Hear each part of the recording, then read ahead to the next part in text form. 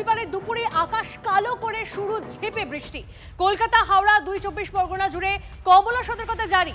৩০ minute থেকে ১ ঘন্টা পর্যন্ত বৃষ্টি চলতে পারে বলে খবর পাওয়া যাচ্ছে এখন অবধি। কমলেশ আমাদের প্রতিনিধি আমাদের সঙ্গে রয়েছে, কমলেশের থেকে একটু আপডেট নেব। কমলেশ, পরশুদিন ঠিক যে তীব্রতায় বৃষ্টি হয়েছিল কলকাতার অনেক জায়গায়, কলকাতা, উত্তর ২৪ পরগনা, হাওড়ার অনেক জায়গায় জল জমে গিয়েছিল।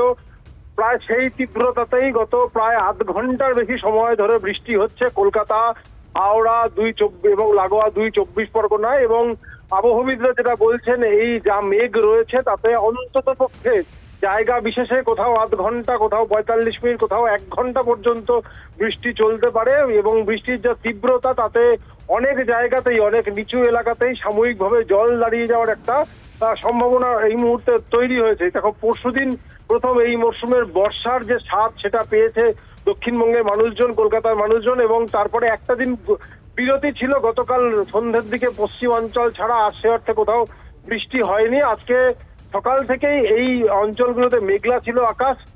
প্রায় আধ ঘন্টা ৪০ মিনিট আগে থেকে কলকাতা এবং ২ পরগনা, হাওড়ায় বৃষ্টি শুরু হয় এবং বেশিরভাগ জায়গাতেই মানে ভারী বৃষ্টির যে ইন্টেন্সিটি, সেই তীব্রতাতে বৃষ্টি হচ্ছে এবং বৃষ্টি আগামী আরো বেশ কয়েক ঘন্টায় হবে। এবং আবহবিদরা বলছেন যে এর পরবর্তীকালে এই ৪টে জেলার বাইরেও বজ্রগর্ভ। কমলেশ, তুমি আমাদের সঙ্গে থাকো। এই মুহূর্তে আমাদের প্রতিনিধিরা আমাদের সঙ্গে রয়েছে, শোভা রয়েছে আমাদের সঙ্গে সরাসরি, আমাদের সঙ্গে সায়ন্তও রয়েছে। আমি প্রথমে একটু সায়ন্তর সঙ্গে কথা বলি। সায়ন্ত, এই মুহূর্তে ধর্মতলায় তুমি রয়েছো, ঝেঁপে বৃষ্টি এসছে, এই মুহূর্তে পরিস্থিতি কি সব মিলিয়ে, এবং পুরসভা কতটা প্রস্তুত? দেখো, আজকে রবিবার কিন্তু সকালে এই রেড রোড ধর্মতলা চত্বর কিন্তু সম্পূর্ণ ভরা ছিল, কারণ এখানে বিশ্ব যোগ দিবস উপলক্ষে এখানে মানুষজন জড়ো হয়েছিলেন। কিন্তু তারপর যে বৃষ্টি হচ্ছে, ঝমঝমিয়ে বৃষ্টি হচ্ছে, তাতে কিন্তু গোটা রাস্তা পুরো ফাঁকা হয়ে গিয়েছে। বৃষ্টি ক্রমশ বাড়ছে। কলকাতা পুরসভার তরফে জানানো হয়েছে যে পর্যাপ্ত পাম্প চালানো হচ্ছে। তবে চিন্তার একটাই জায়গা রয়েছে, কারণ যে সময়টা বৃষ্টি হচ্ছে সেই সময় গঙ্গায় জোয়ার আসার কথা রয়েছে, যে কারণে গঙ্গার লক গেট বন্ধ রাখা হয়। আর লক গেট বন্ধ রাখলে কিন্তু জল নিষ্কাশিত হতে পারবে না। তখন কিন্তু নিচু এলাকা, যে বিষয়টি আমার সহকর্মী কমলেশ বলছিল, সে একই বিষয় বলছি যে নিচু এলাকাগুলো কিন্তু জল দাঁড়িয়ে যাবে। আর জল দাঁড়িয়ে গেলে কিন্তু পরিস্থিতি আরও খারাপ হবে। যেভাবে বৃষ্টি চলছে এবং আকাশ যেভাবে কালো হয়ে এসেছে, এবং তুমি দেখতে পাচ্ছ বৃষ্টিপাতের পরিমাণটা রীতিমতো ঝমঝমিয়ে বৃষ্টি হচ্ছে। দুদিন আগে যে বৃষ্টি হচ্ছিল তাতে কলকাতা বেশ কিছু অংশে জল দাঁড়িয়ে যায়, সেই জল নিষ্কাশিত হতে কালকে বিকেল বেরিয়ে যায়, যেটা এখন পুরোপুরি স্বাভাবিক পরিস্থিতি আসেনি।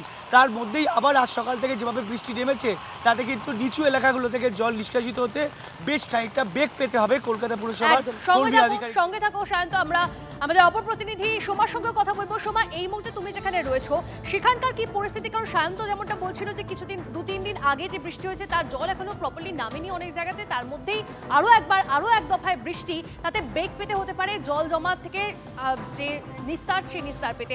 এখন তুমি যেখানে রয়েছো সেখানকার ছবি কি?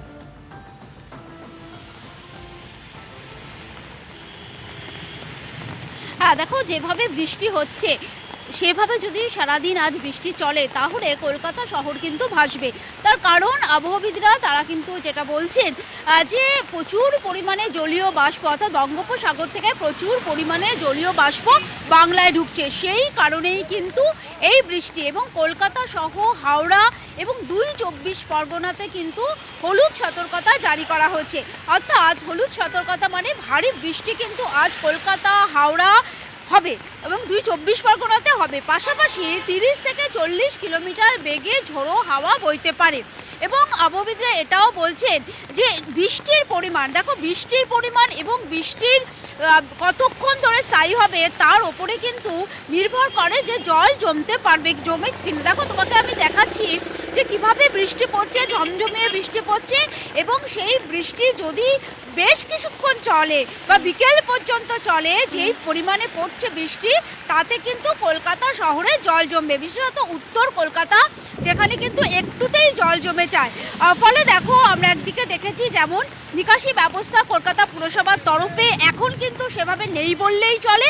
ফলে বৃষ্টি যদি আজ সারাদিন ধরে হয় তাহলে কিন্তু কলকাতার রাস্তাগুলোতে জল জমবে, সেটা একেবারেই পরিষ্কার। কলকাতাতে রাস্তায় জল জমার সম্ভাবনা থেকেই যাচ্ছে।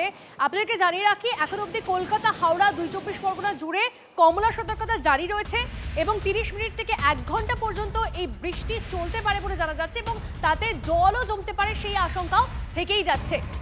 আমাদের অপর প্রতিনিধি সুজয় আমাদের সঙ্গে রয়েছে শিয়ালদা থেকে। সুজয়, সাধারণত এই শিয়ালদা চত্বর খুব কর্মব্যস্ততার মধ্যেই থাকে, তেমনটাই আমরা জানি, কিন্তু আজ রবিবার সেদিক থেকে হলেও একটু হলেও বাঁচোয়া, কিন্তু এই বৃষ্টিতে জলও জমতে পারে তেমনটাও আশঙ্কা করা হচ্ছে। সব মিলিয়ে পরিস্থিতি কি?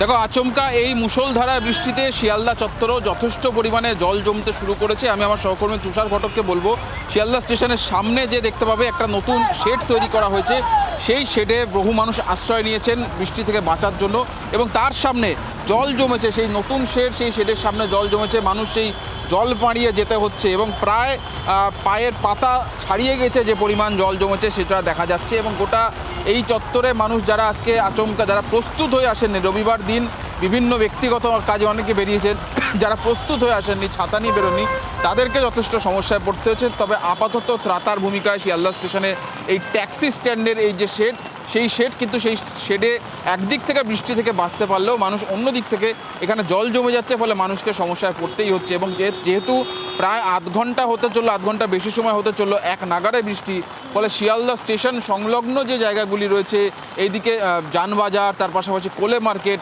সেই জায়গাগুলোতে জল জমতে শুরু করেছে বলে আমরা খবর পাচ্ছি। ফলে রবিবার দিন অফিস ব্যস্ততা না থাকলেও, অফিস টাইমের বা অফিসের দিনের ব্যস্ততা না থাকলেও যারা ব্যক্তিগত কাজে পড়েছেন তারা বেশ কিছুটা সমস্যায় পড়েছেন। তবে অবশ্যই গরমের হাত থেকে সুজয় আমাদের প্রতিনিধি দেখাচ্ছিলেন শিয়ালদার ছবি। শিয়ালদাতে ইতিমধ্যেই একটু হলেও জল জমতে শুরু করেছে, যা যথেষ্ট চিন্তার একটা কারণ।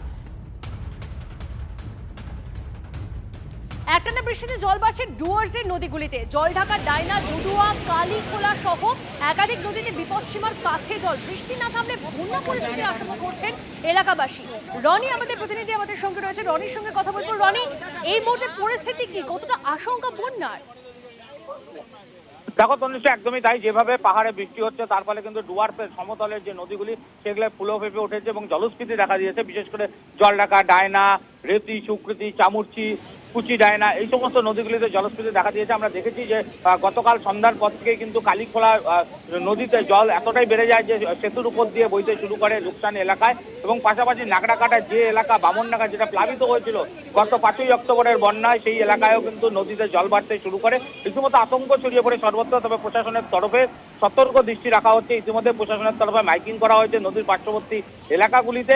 এই মুহূর্তে ডুয়ার্সে কিন্তু সেইভাবে বৃষ্টি না থাকলেও বেশ কিছু নিচু এলাকায়, ধূপগুড়ি বিশেষ করে পৌর এলাকার বেশ কিছু নিচু এলাকায় জল জমে গিয়েছে এবং রীতিমতো ব্যবসায়ীরা সমস্যায় পড়েছেন এই জল জমে যাওয়ার কারণে। কারণ ধূপগুড়ির যে মিনাবাজার রয়েছে সেখানে কিন্তু জল জমে যাওয়ায় ব্যবসায়ীরা সেখানে হাঁটাচলা করতে পারেননি।